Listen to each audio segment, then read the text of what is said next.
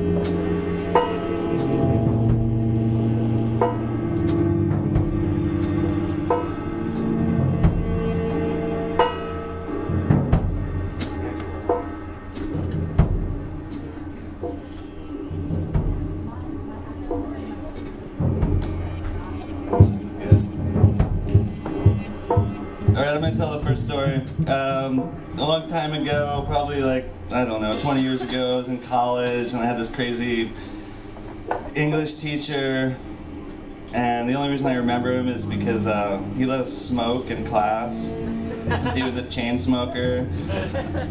And the first day he was like, smokers go on the right side of the room, non-smokers on the left side of the room. But it was a non-smoking building, but you could smoke, and so I actually went to class, and it was creative writing, and all the non-smokers pretty much dropped out, and we also, he gave us this crazy syllabus the first day, and like the first thing on it was, it said never trust anyone who smokes parliaments, which I thought was really cool. And then years later I was reading this book called Barrel Fever, and I realized my teacher was David Sedaris. I don't know if you guys know who he is, but that's my famous people story.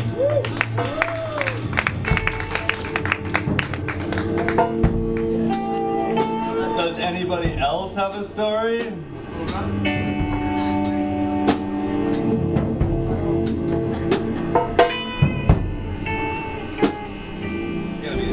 Sometimes it's tough to get the crowd.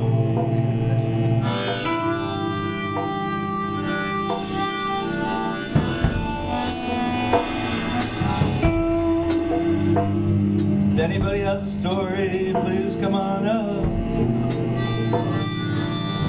Joe'sCellar. Uh-oh, we got one. Are you enjoying it? Sure. All right.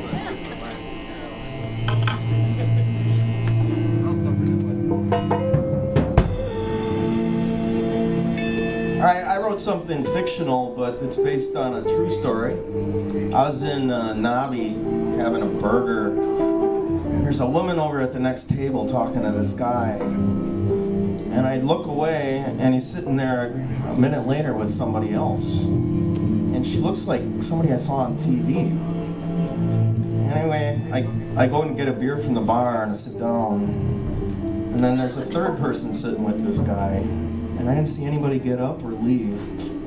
So I thought, what was that all about?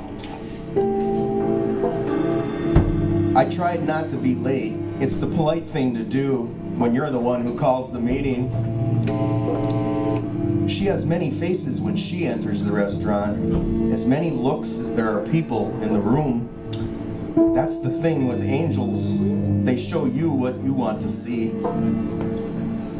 I stand to greet her and her stunning beauty takes my breath away. Wow, a real movie star right here at Nobby. It's Angelina Jolie, in the flesh. She leans over to kiss me on the cheek.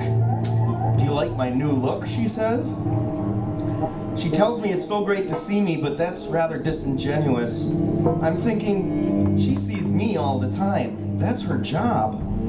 We sit down, and I can't help but rub my eyes when she changes into a teenage girl with a nose ring. I think I've seen her before on TV.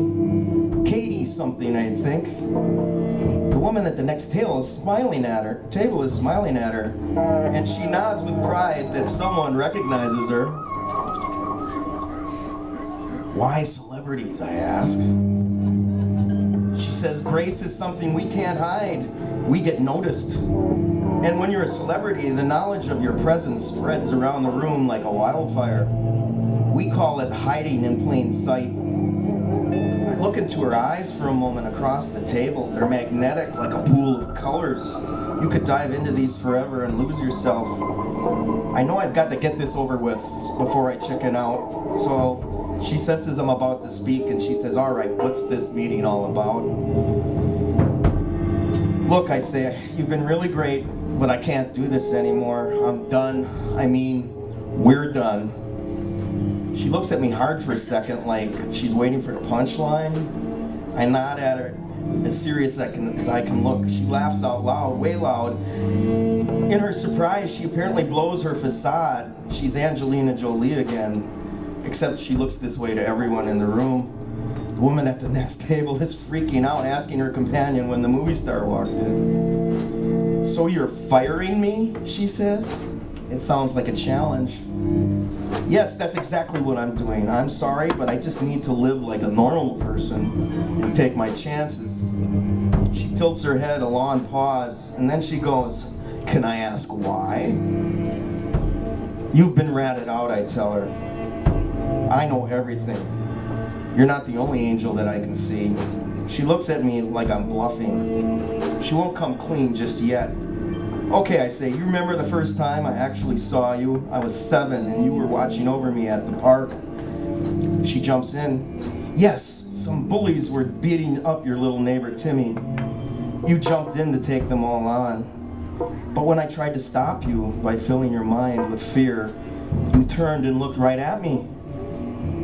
So then I say, "Well, I remember I said, 'You can't stop me, guardian. I will not let you. I will not let them hurt my friend.'" Angelina leans forward now and reaches out to hold my hand. "I was shocked," she says. "You could see me. And then you turned and you pulled them off your little friend. And their big brothers came and kicked your teeth in." It was okay, I tell her now. When I stood up, I spit the blood on their little kid shoes and told them to bring their sisters next time. So that way it would be a fair fight.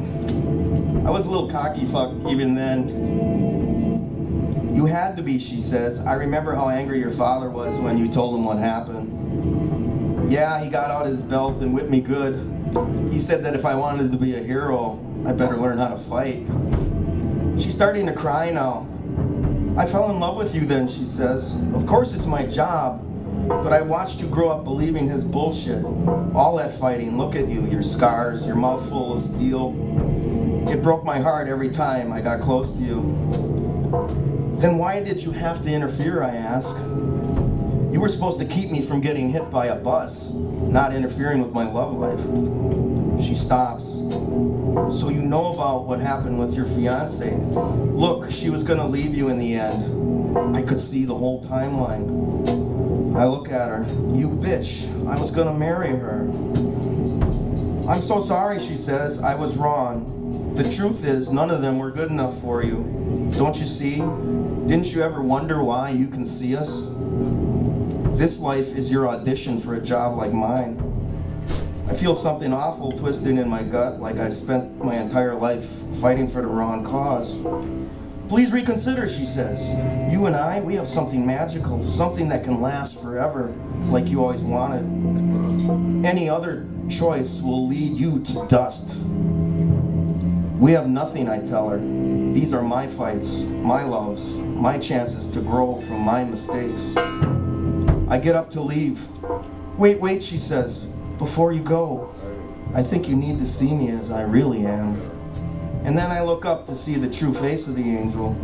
It is pure love, a quality of space that has no mirror or way to bend the light. That is what love is, I guess. Something godlike with the power to create and even destroy when it forgets to let go. I see that love waiting for me now. All I have to do is fall into it. Instead, I turn and walk out the door. After all, I have a bus to catch.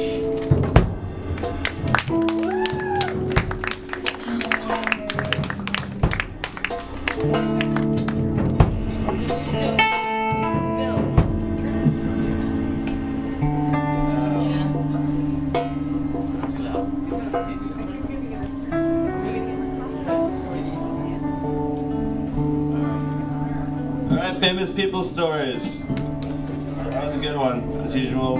Thanks.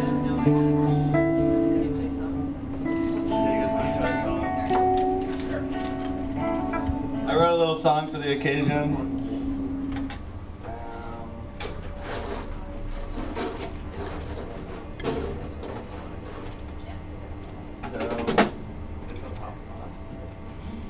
It's a pop. That's all you do. You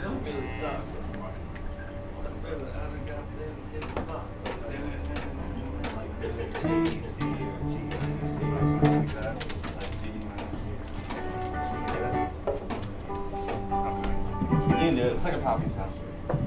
Maybe don't use a capo. You know, it's like a Phil song with GAC. I know. This song's called Some Famous People Really Suck. I hope you like it. 1, 2, 3, 4. Some famous people really suck. As for their autograph, yeah, they don't give a fuck. Certain people have all the luck. People like me end up driving a pickup truck. Sometimes I feel like I'm totally stuck. Wandered through the mire and the foggy muck. Thought I was an artist, but I totally suck. Just like some famous people that don't give a fuck. Some famous people, they really suck. They do whatever it takes to make a buck. Certain people seem to have some luck. They're not that talented, they actually sort of suck. Some famous people really suck. Some famous people really suck. Who dog it?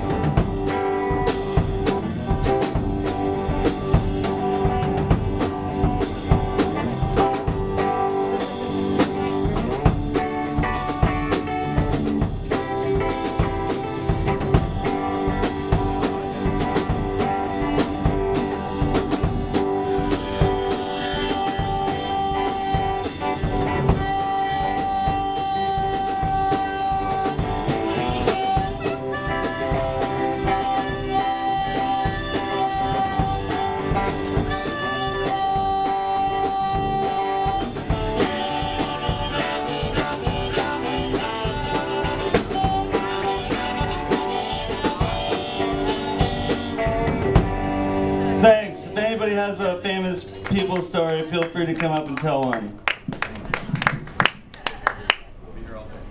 Yeah, we'll be here for a while. Anytime. Someone has a story. Come on, someone have a story, please. Lauren! Not now. No. Yeah, we're gonna have to start calling audience members names. Snap, you have to snap. Oh, Vera might have one.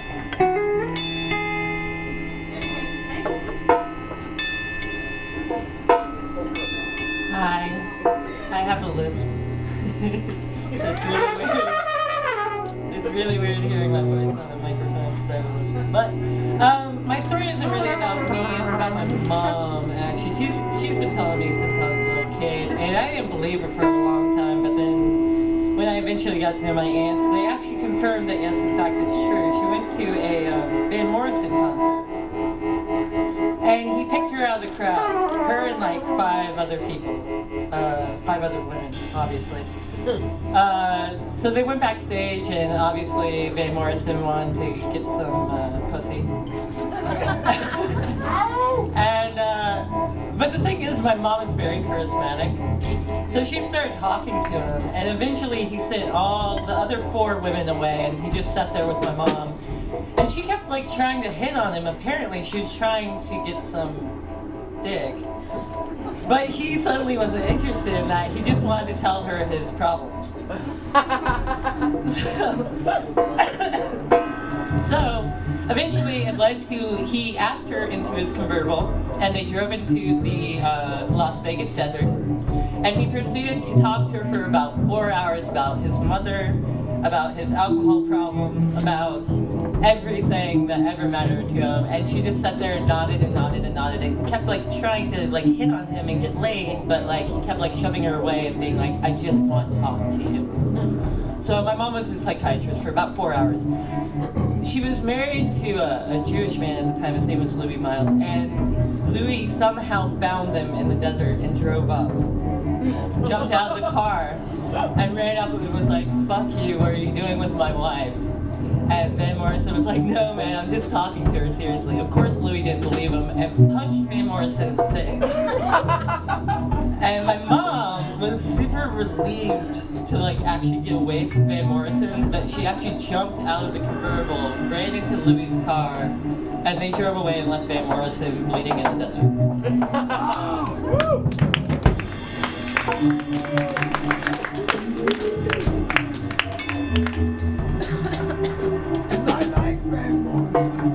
I like Van Morrison too.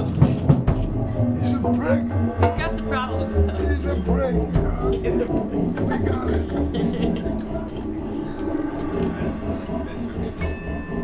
Alright, anybody got another story? Anybody out there feeling the need to come up and talk?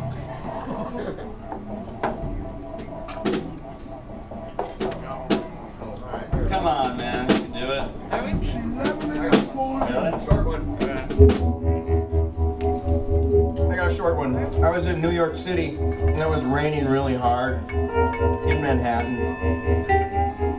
And I'm standing at this stoplight, and it's just pouring. I'm waiting for this light to change with all these people. And I look next to me, and there's Jennifer Love Hewitt standing there in a skirt. I'm like, holy shit. And I don't say anything.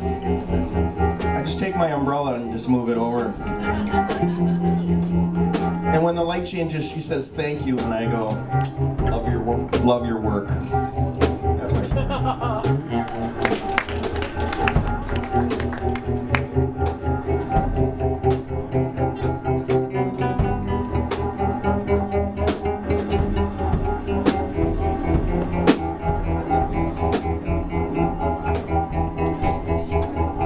Thank you, Lauren. Hi. Hi.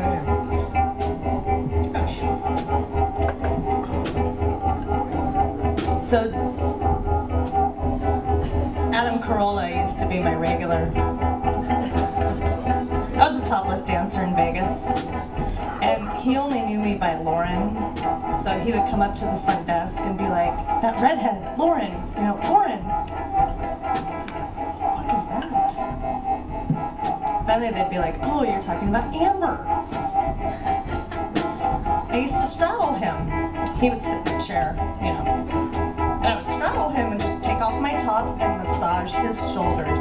And he would pay me $20 a song. It wasn't bad. And he requested me, I don't know, twice a month. We'd even emailed each other. "When are you working? I gotta see you again." I gave him advice about the band show. But really, I was like a psychiatrist rubbing his shoulder topless.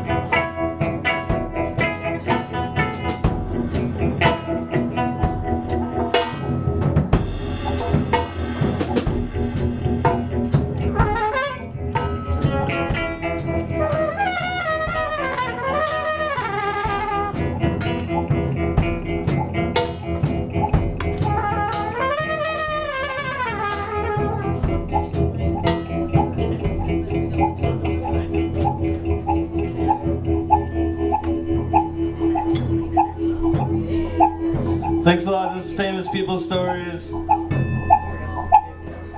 Perhaps somebody has a famous people story. Perhaps Amy does. Because, you know, it is kind of the rule that cat stories have to go. It is a- I don't have a good one. My sister has a good one. She's out of town. Well, why don't Can you tell just us tell something story? quick? I told my mom. Okay, I'll tell a quick one. All right. It's not good. Okay. Because it's like a total C-lister that I didn't even know. But I used to work up at this spa here in the Northwest. And everyone was freaking out because there was a celebrity in the spa and everyone got really nervous to massage him. And so I got voted the one to massage him because I didn't know who he was. And apparently it's this guy from American Idol who lost. And I don't even know if he made it to the finals. His name was Gokey. And so I massaged it and really made it count, not in a gross, not in a sexual way. I just really put a lot of work into his massage. And then at the end he just said, "Oh, it's over already," and that's all I got.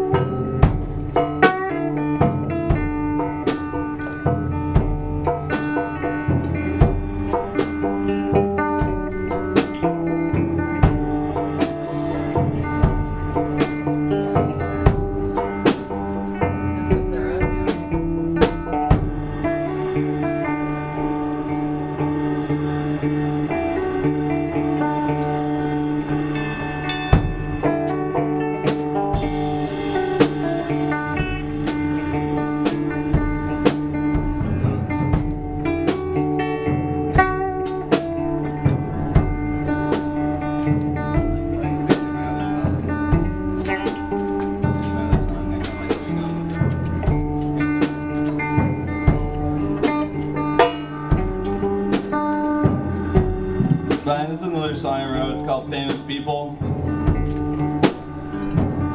Famous people on movies and TV, they're making money cause nothing is for free.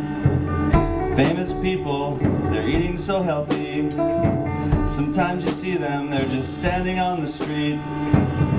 Famous people helping a charity, they're doing good with all their money. Some are singers, some play sports. They're wearing ballroom dresses or khaki shorts. Famous people, famous people. Hey, I see one over there. Famous people, staring at their hair. Famous people, they're on movies and TV. They're making money cause nothing is for free. Most of them are eating extremely healthy. Sometimes you see them, they're just standing on the street. Famous people, famous people, famous people, famous people, famous people.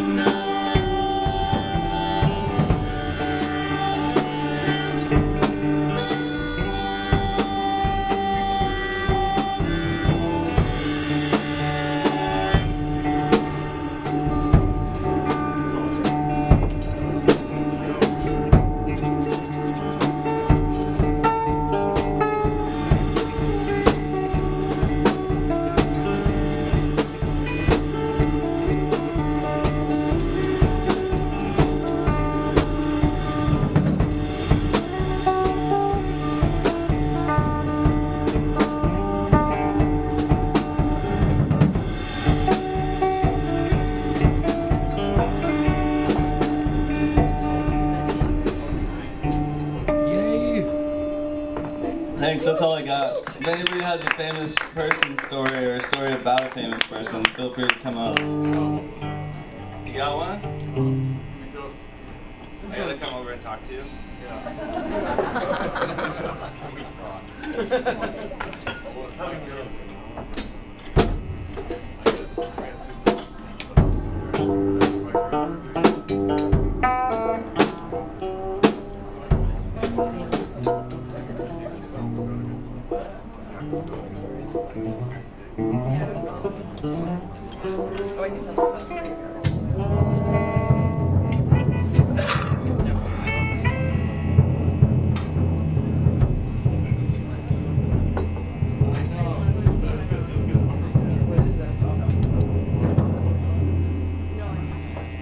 Alright, I think we got one.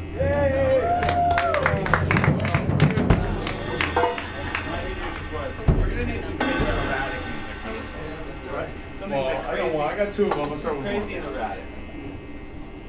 Alright, I'll help you. I'll hug you. He's He's a little shy, but we gotta stick with him. sheepish. Anyway, Disco Volante, I live in Oakland, and Disco Volante, I guess Dave Chappelle, his friend owns a club down there. So I was in this club, late night, and Dave Chappelle was there. And so it was my girl I was kind of seeing for her birthday.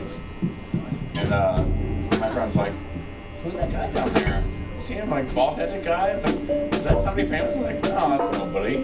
Whatever. Like, no, I think that's somebody. Like, testing us. Like, that's Dave Chappelle. Anyway, so I was getting a drink, and he came down. I was like, Dave came down. I was like, hey, you do me a favor? It's my girlfriend, my friend's birthday down there. We go say we go say what up to her. Like, let's go say hello to her. And like, he went down and like shook her hand. Like, and he was super cool. That's my Dave Chappelle story. Second part. No, I'll tell you, it'll be a minute about doing cocaine with Meg Ryan. But I gotta take a break though. Really? Yeah. No. Have a drink. Alright, are you sure? Well, I guess I can. Yeah, do it. Let's do it. Second story. So my friend Steve Lopez, tour manager for Widespread Painting, he happened to be, Doesn't matter. Anyway, so he was Jack Johnson, Ben Harper were doing a tour, and they were doing a thing down, and they had to go to Canada, and they ended back in the Gorge Amphitheater. So we brought all the drugs in the fucking rental car up there, so we were the men. And so he was the tour manager for them. He's like, anyway, he's like, backstage, he's like, go over there, take a left at the fucking amphitheater, at the fucking amps, and there's fucking Meg Ryan. I was like, hey, what's your name? Meg. I'm a photographer anyway. She's like, I was like, what are you shooting with? She's fucking shooting pictures. So I was like, I get me photos. Anyway, yeah. Holy shit. Yeah. Long story short, fucking ended up doing fucking a lot of cocaine with her and fucking Ben Harper's tour bus and got kicked out. That's fucking awesome. Right. Thank you so much. That's all I got. That's the fucking good famous bird. Yeah, Hollywood, where you get the big line of cocaine, you race to the middle. Woo! Oh yeah, we're getting dirty now. Get pulled out of me, man. It's not really my story, it's my mom's story too. You inspired me.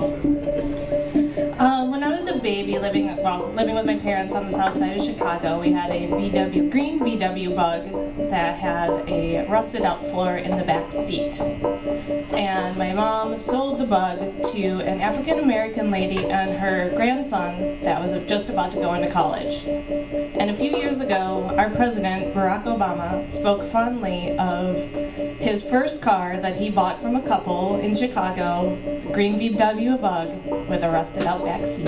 My mom sold Barack Obama his first car. That's awesome.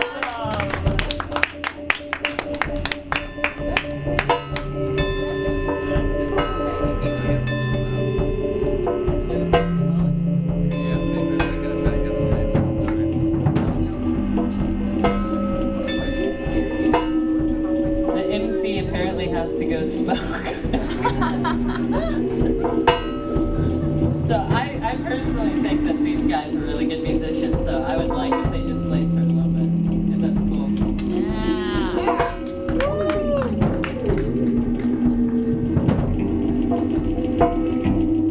I'm also going to drink the MC's drink, so don't tell them.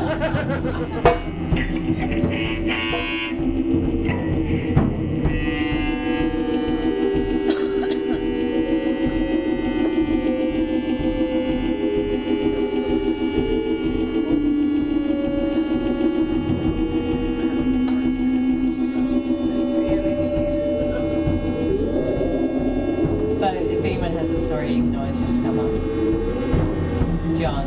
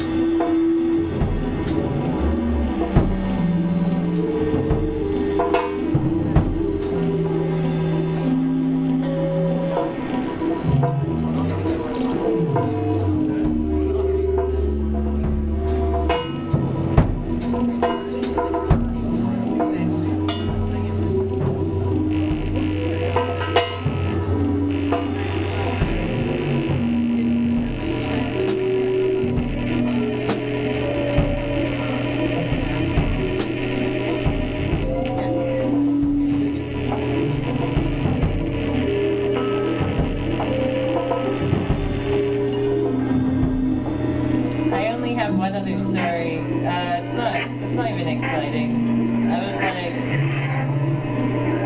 I think I was 5, maybe 6 years old, but my dad's a carpenter, and he worked in Aspen, Colorado, and he was building a house for Jack Nicholson, apparently.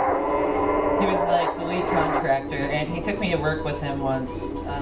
And I remember the house, and I remember a lot of things. But the thing I remember the most is that there was this guy, and to me he was really, really ugly, and he was bald. And like everybody kind of like gathered around him, and everything he said they laughed at. And I didn't really, at 5 or 6, I mean, I obviously didn't recognize Jack Nicholson, but I remember thinking to myself, like, why are these people, like, sucking up to this man? Like, he's ugly, he's bald, and the stuff he says isn't funny. Like, my dad is actually funnier than him. And then, like, years later, obviously, I learned who Jack Nicholson was and realized that he was a celebrity, and that's how people treat celebrities. But, yeah. He wasn't that funny.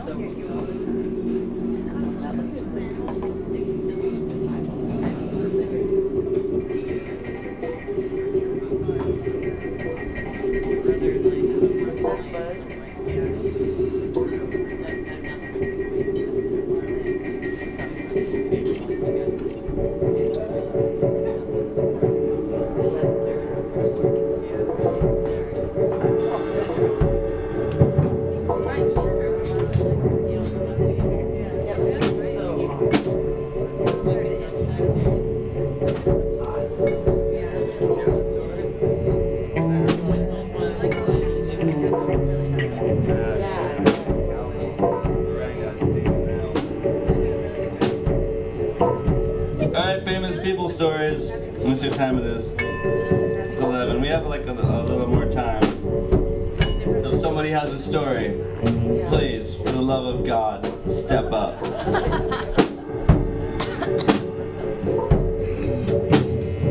You got one? All right. Thank you. Try this out. So when I was 4, my parents signed me up for piano lessons. All of which is to say that they kind of encouraged me to play music throughout my life. Leading to when I was 16, they signed me up for a summer music college, summer music camp at the Berklee College of Music in Boston. I didn't live in Boston, so I would have to be traveling and stay away from home for a while. So I was in Boston. I didn't know anybody there. And I was 16 and kind of awkward. Haven't really grown too much beyond that now. I had this roommate, and there was this rumor going around the Berklee College of Music summer camp that Sting's son is somewhere here. And it's just sort of like trivia, but it's not hard to find out. Sting's real name is Gordon Sumner.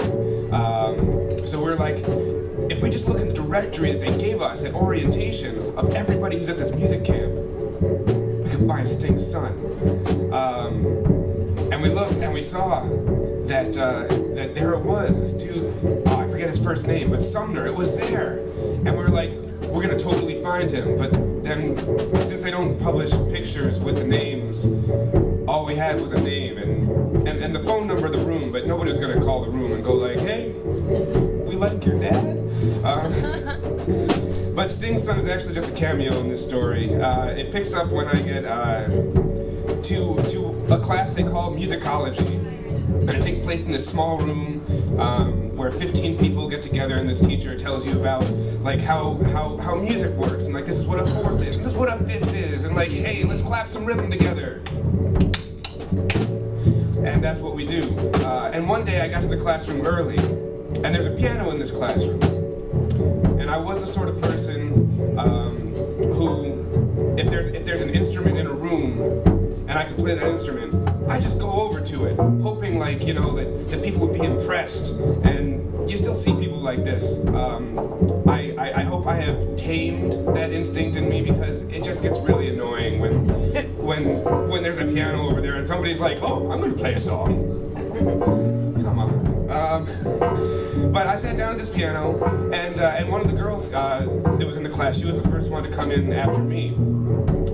And I thought she was really cute. She had like long brown hair, and she always kind of wore like a short black mini dress. Not a mini, yeah, like a mini dress. She had really cool glasses, and I didn't notice at the time. She was about 25, 26 years old, about 10 years older than I was.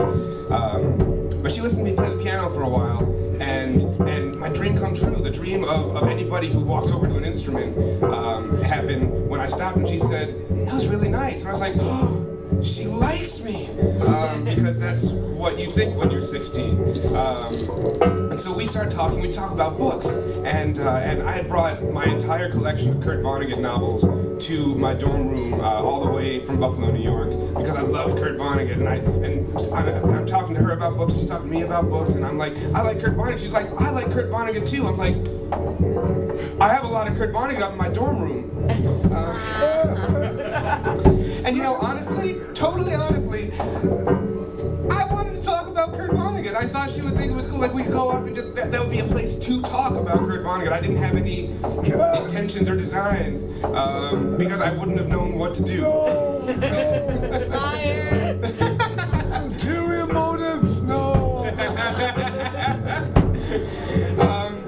So she said, oh, that's nice, but you know, like, maybe sometime, but you know, whatever. But I'm playing this coffee house. Like, here's a little flyer. She gave me this like, little purple flyer. I didn't go because, again, like I was really nervous and didn't know anybody. I didn't even know if they'd let me into like a coffee house. I was 16 and didn't know that coffee houses were all ages. I somehow thought that you probably had to be 21. Probably had to be 21 to go to a coffee house in Boston. But we talked and like smiled for a bit, and that was it. But I always thought about about her and felt like she was really nice to me. She was like the really one person who I had any kind of connection with this summer camp. 8 months later, I'm back at home. I turn on MTV, and there's this new sort of folky pop single out. This girl in a black sort of mini dress, cool cat-rimmed glasses, walks onto the screen in this sort of fake apartment and starts singing, "You say I only hear what I want to."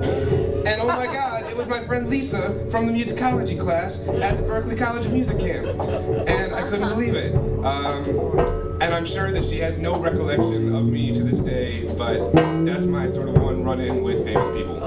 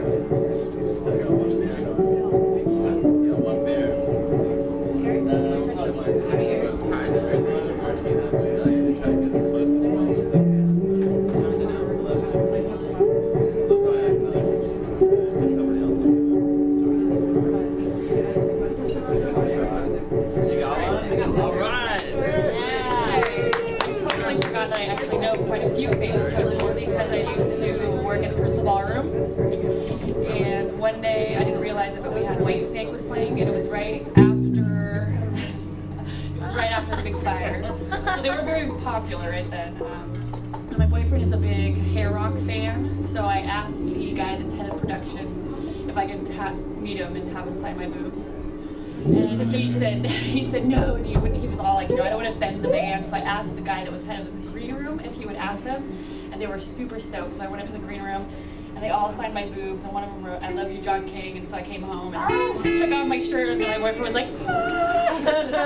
Best present ever. So that's my. That's good.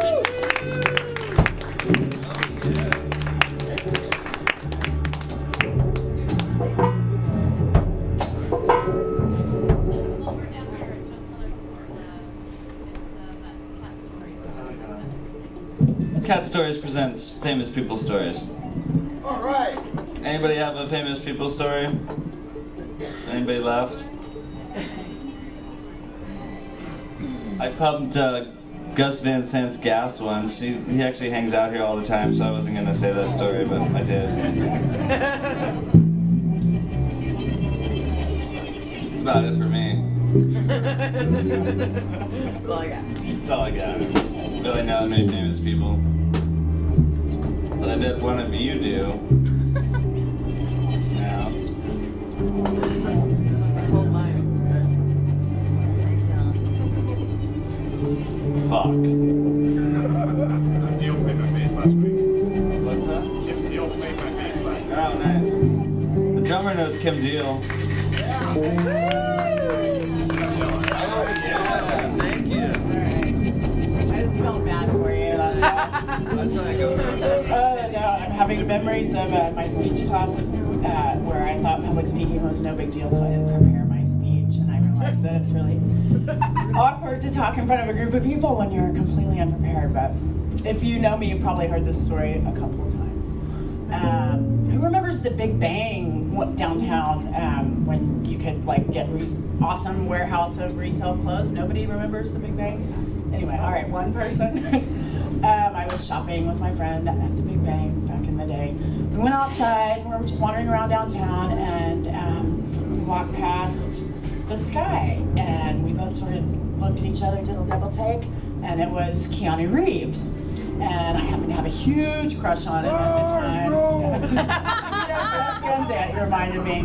He was, that movie, Bram Stoker's Dracula had just come out, and we were talking about the movie, and he walked past, and we're like, oh my God, that's Keanu Reeves. So we turned around, we started walking behind him, giggling, yeah.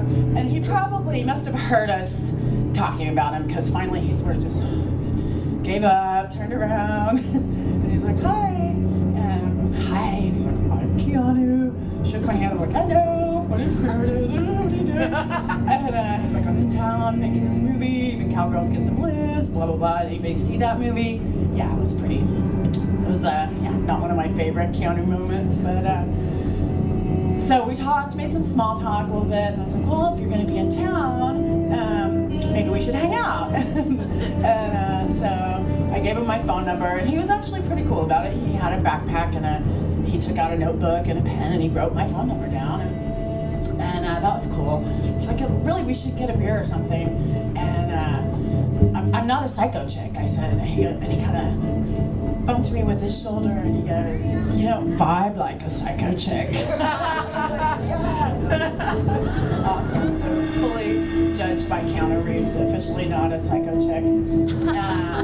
Gave him my number. He said he had to go to work, and so I let him, and let him go. Went back to my friend, she was too nervous to even talk to him. She was standing like 10 feet away. She's like, oh my God, I can't believe you asked him for his autograph. And I was like, dude, I gave him my phone number. Of course, I sat by the phone for 3 days and he never called, but I heard he's gay, right? That's okay. So I don't feel bad. I don't vibe like a psycho chick, so it's fine.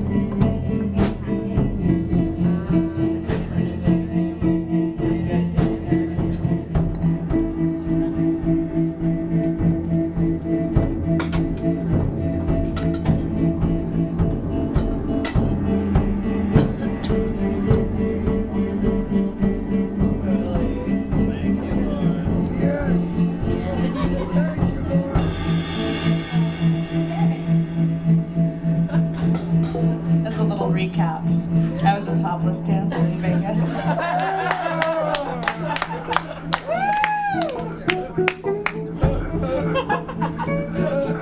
And Carmen Electra and Dennis Rodman used to come into the Olympic Gardens quite often. And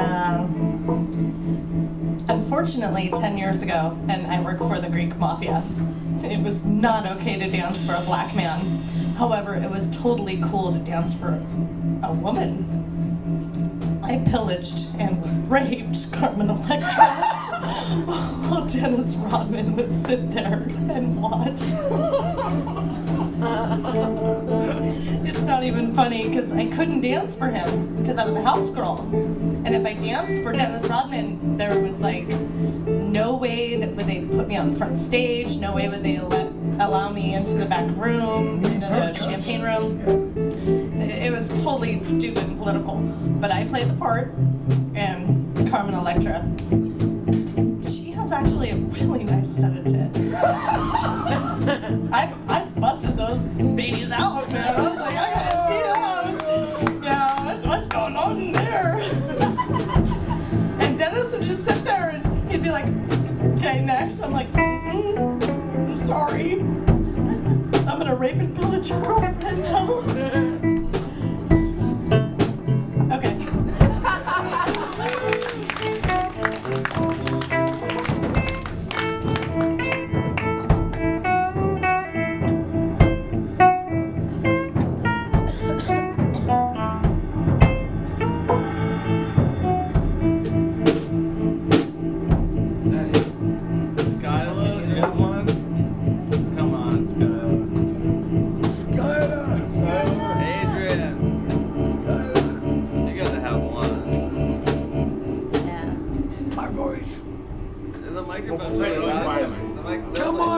myself on YouTube the other time. One more time. It was. You gotta have one. It was inunderstandable. Is that such a word? Uncomprehensible. Thank you. It was. And actually, I understood it fine. I thought it was funny as shit. Yeah, me too. I understood it. That was great. Did you really? Yeah, that was awesome. Step up. Like, you gotta have one. Come on, everybody has one. It's such a weird story. Oh. Perfect. I'll play trumpet. Quietly. Of course, for you. Could you? You're asking the wrong guy. No, I'm just playing. What do you want me to play? C A minor. Yeah, one more grade, huh? I'll pay back. Oh. Can you tell him I want one? Yeah, what do you? Vodka cran. Just say Phil wants. It has something to do with the story. Yeah, okay, let me switch. Thank you. I have to If you can. Do it. Actually, I do.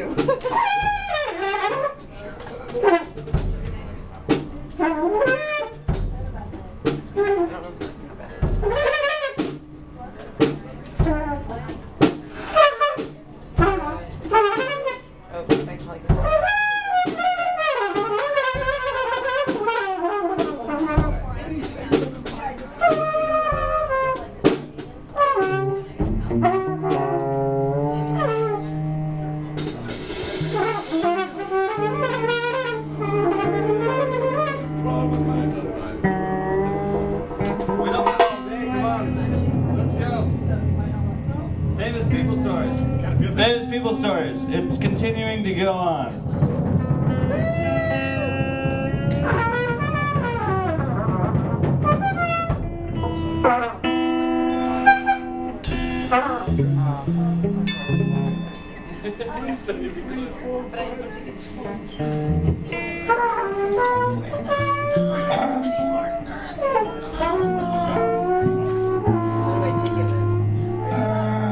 Hi. Some of you know me. I have a messed up voice, so I apologize. I'm not an American, so it's even harder to understand me. This is a story that probably nobody here can relate to because it happened in Germany. I have been a big Francophile since I was a young man. I love the French culture, I love French people. We have a saying in Germany that the Germans live to work, the French work to live, and that's what I like about them. When I was 14 years old, there was a chansonnière in French, basically a torch singer, what we call it here, named Françoise Hardy. Françoise Hardy was a beautiful, beautiful woman. Check her out on Facebook sometimes. She still is a very, very pretty woman. I was, like only a 14-year-old could be, enamored with her. I used to go to France every year from 14, 16, 17, 18. At 18 years old, I was invited to a party in Heidelberg, Germany, by some people I didn't know, and there were some very famous people there, all French. There was Mireille Mathieu, there was France Gall, and there was Françoise Hardy. She was 2 years older. I had a chance to talk to her, and at midnight, I approached her and I got a Happy New Year's kiss from her. So I talked to her and my heart was just going boom-pity-boom. We talked, and my French was, she didn't speak German, she spoke a little English. My French was, at that point, still kind of rudimentary. And I was floored. We talked, as far as I can tell, we talked about her songs, then we got into politics. The whole point of the story is she was the dumbest fucking chick I've ever met. It broke my heart. I have another quick story, celebrity story down in Satyricon in the mid-'80s sometime. Somebody introduced me to Courtney Love and said, yeah, this is my friend Adrian, he's from Germany. And Courtney Love came up and pulled her miniskirt up and said, how do you like my new underpants? So I never liked Courtney Love either. That's my story.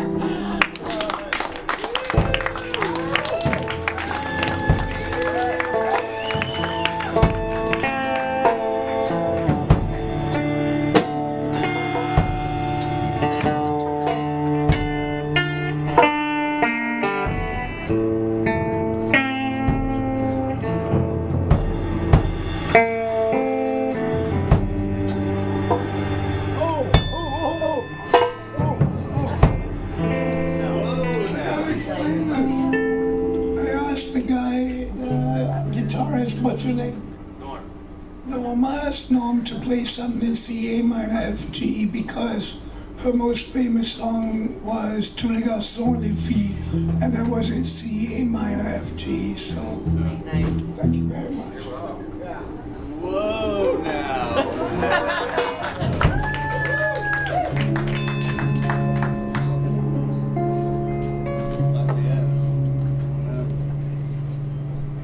Check it out on Facebook sometime, on YouTube.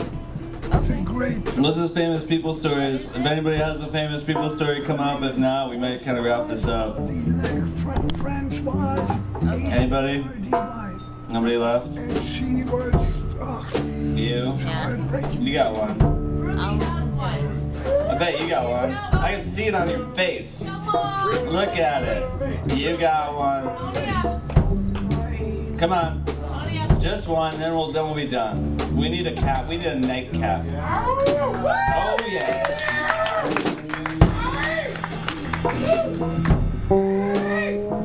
So my father has a very strong affinity towards extremely dykey females. The more butch you are, the better. He's very attracted to that. And yes, he's still married to my mother. And so I was in the airport with him. I was about 13, and we were in Heathrow, I think. We were perusing duty free. And I was looking through it like a 13-year-old, lots of lovely, shiny goodies. He had wandered off somewhere. He's probably talking on his phone. And there was a nice woman, nice, kind of older woman, adult, no idea who she was, as a 13-year-old, standing next to me. She struck up a conversation with me, and we were just chatting. She was really nice, kind of reminded me of my mom.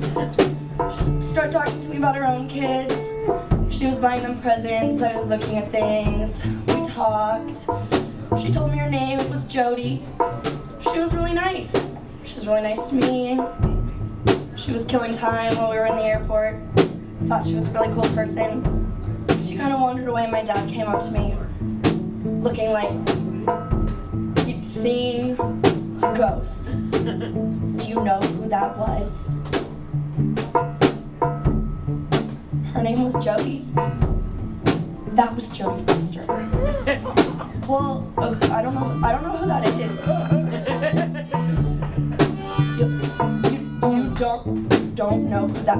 You go up and you ask her if she is Jodie Foster. I was like, I don't think that would be very nice. She probably doesn't really want me to do that. I mean, obviously I don't know, she's like a famous recluse, but you know, she obviously didn't want me to do that. Well, finally, since he can't talk his 13-year-old child into harassing the celebrity, he has to go up and ask her, you know, hi, I'm a big fan. Are you Jodie Foster? I'm letting you know. You don't have to tell me I know you're Jodie Foster. It's really nice to meet you. It's a big honor. I've always had a really big crush on you. You're gay, but that's okay. I've always really had a big crush on you. Finally, airport security has to ask my dad to not talk to Jodie Foster.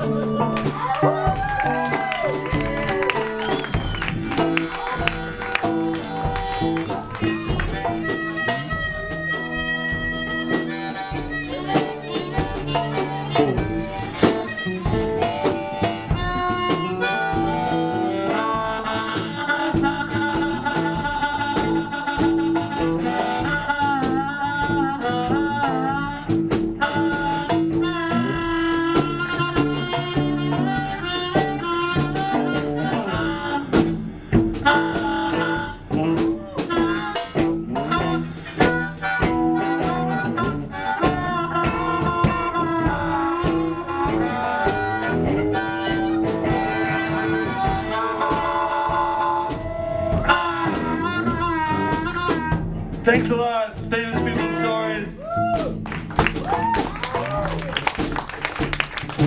Unless somebody has a story, that's probably the end of it. And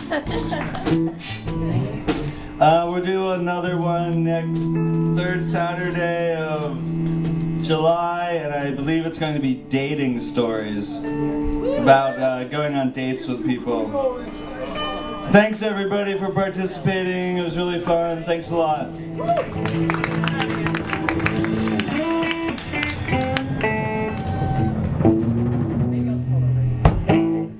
thanks a lot for the guest band. They were really awesome.